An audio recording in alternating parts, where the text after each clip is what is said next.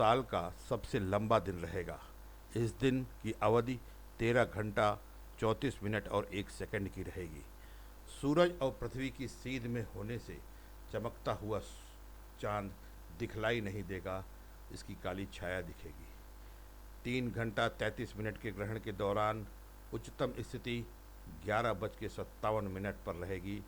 इस दौरान सूर्य का 79% भाग चंद्रमा के पीछे। सूर्य ग्रहण को देखते समय सुरक्षित उपाय अपनाए जाने चाहिए। सूर्य ग्रहण की किरणें सीधे आंखों पर ना पड़ें, इसके लिए वैज्ञानिक रूप से प्रमाणित सोलर व्यूअर से ग्रहण देखना सबसे उचित और अच्छा माना जाता है।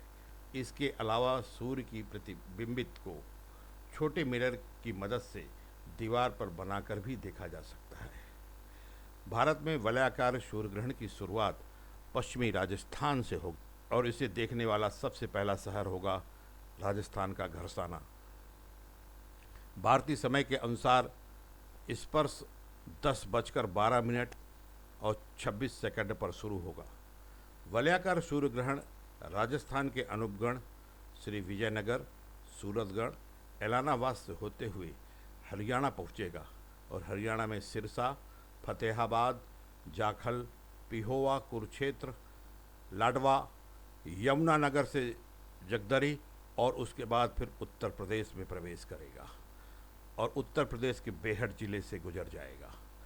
वलयाकार सूर्य ग्रहण उत्तराखंड के देहरादून, चंबा, टिहरी, अगस्त्यमुनि, चमोली, गोपेश्वर, पीपलकोठी, तपोवन और जोशीमठ में देखने को मिलेगा। जोशीमठ में ग्रहण सबसे अंत में देखने को मिलेगा, यानी कि यहाँ पर ग्रहण का स्पर्श 10:27 और 43 को लगेगा। हरियाणा और उत्तराखंड में तो सूर्य को चमकते कंगन के रूप में भी देखा जा सकता है। कंगनाकार सूर्य ग्रहण देखने के लिए दिल्ली से 160 किलोमीटर उत्तर में कुरुक्षेत्र सबसे उपयुक्त स्थान, जहां सुबह 10:21 से दोपहर 1:47 तक लगने वाले ग्रहण को देखा जा सकता है चमकते हुए कंगन के रूप में। देहरादून में भी 9 सेकंड के लिए वलयाकार सूर्य ग्रहण दिखलाई देगा। भारत के बाद भारत में अगला वलयाकार सूर्य ग्रहण 21 मई 2031 को पड़ेगा, यानी कि अब आंशिक सूर्य ग्रहण को देखने के लिए भारतवासियों को 11 साल का इंतजार करना पड़ेगा। आंशिक सूर्य ग्रहण का समय सुबह 10:14 पर, मध्याह्न काल 11:57 पर और ग्रहण की समाप्ति 1:47 पर होगी। इस दौरान सूर्य का 79% भाग ढका रहेगा। सूर्य ग्रहण, चंद्र ग्रहण तथा उसकी पुनरावृत्ति की जानकारी ईसा से 4000 वर्ष पहले से ही उपलब्ध थी। ऋग्वेद के अनुसार अत्रि मुनि के परिवार के पास यह ज्ञान उपलब्ध था। वेदांग ज्योतिष का महत्व वैदिक पूर्वजों के इस महान ज्ञान को बतलाता है। ग्रह नक्षत्रों की दुनिया की यह घटना भारतीय मनीषियों को प्राचीन काल से ही मालूम है। चिर प्राचीन काल में महर्षियों ने गणना इसकी कर दी थी। इसी पर धार्मिक, वैदिक, वैचारिक, वैज्ञानिक विवेचन, धार्मिक ज्योतिष ग्रंथों का विवेचन होता चला आया है। महर्षि अत्रि मुनि ग्रहण के ज्ञान को देने वाले पहले आचार्य थे। ऋग्वेदी प्रकाश काल अर्थात कि वैदिक काल से ग्रहण पर अध्ययन, मनन और परीक्षण होते चले आए हैं। भारत में ऋषि मुनियों ने सूर्य ग्रहण या आंशिक सूर्य ग्रहण के लगने के समय कुछ निषेध बतलाए हैं, जिसके अनुसार इस दौरान भोजन नहीं करना चाहिए, क्योंकि मान्यता थी कि ग्रहण के समय कीटाणु बहुलता से फैलते हैं। वैसे भी कोरोना काल चल रहा है, तो बचकर रहें। खाद्य वस्तु, पीने के लिए पानी, जिसमें कि सूक्ष्म जीवाणु एकत्रित होकर उनको दूषित कर देते हैं, इसलिए ऋषि मुनियों ने पात्रों में कुश डालने को कहा, ताकि कीटाणु कुश में एकत्रित हो जाएं और उनको ग्रहण के बाद फेंका जा सके। पात्रों में अग्नि डालकर उन्हें पवित्र बनाने का विधान था, ताकि उनके कीटाणु और जीवाणु मर जाएं। ग्रहण के बाद स्नान करने का भी विधान बतलाया गया है, ताकि स्नान के दौरान शरीर के अंदर ऊष्मा का प्रभाव बढ़े, भीतर बाहर के कीटाणु नष्ट हो जाएं और धूल बाहर निकल जाए। ग्रहण लगने के पहले नदी या घर में उपलब्ध जल से स्नान करके भगवान का पूजन, यज्ञ जप करना चाहिए।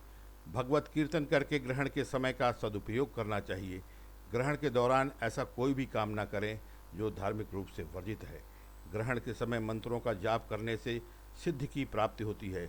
ग्रहण की अवधि में तेल लगाना, भोजन करना, जल पीना, मलमूत्र त्याग करना, चोटी कंघी करना, रथ क्रिया करना, मंजन करना इत्यादि वर्जित बतलाए गए हैं। कुछ लोग ग्रहण के दौरान भी स्नान करते हैं और ग्रहण समाप्त हो जाने पर स्नान करके ब्राह्मण को दान देने का विधान है। कहीं कहीं वस्त्र और बर्तन भी धोने का विधान है। पुराना पानी, अन्न नष्ट कर नया भोजन पकाया जाता है और ताज़ा पानी पिया जाता है। ग्रहण के दौरान दान देने का अधिक महात्म्य बतलाया गया है। आंशिक सूर्य ग्रहण में 4 पहर पूर्व और चंद्र ग्रहण में 3 पहर पूर्व भोजन नहीं करना चाहिए। ग्रहण के समय पत्ते, तिनके, लकड़ी, फूल नहीं तोड़ने चाहिए। बाल और वस्त्र नहीं निचोड़ने चाहिए। दंत मंजन भी नहीं करने का विधान बतलाया गया है। ग्रहण के समय ताला खोलना, सोना, मलमूत्र त्याग करना, मैथुन करना, भोजन करना, ये सब चीज़ें धार्मिक रूप से वर्जित बतलाई गई हैं। ग्रहण के समय मन से सतपात्र को उद्देश्य करके जल में डाल देना चाहिए। ग्रहण के समय गायों को घास, पक्षियों को अन्न, जरूरतमंदों को वस्त्रदान देने से अनेक गुना पुण्य की प्राप्ति होती है, ऐसी धार्मिक मान्यता है। देवी भागवत में तो लिखा है कि भूकंप और ग्रहण के समय पृथ्वी को खोदना भी नहीं चाहिए। इस बार कोरोना काल में ग्रहण के दौरान कीटाणुओं के बढ़ने की उम्मीद ज़्यादा है, इसलिए अपने आप को सुरक्षित रखें और धार्मिक मान्यता के अनुसार बतलाए गए नियमों का पालन करें। धन्यवाद।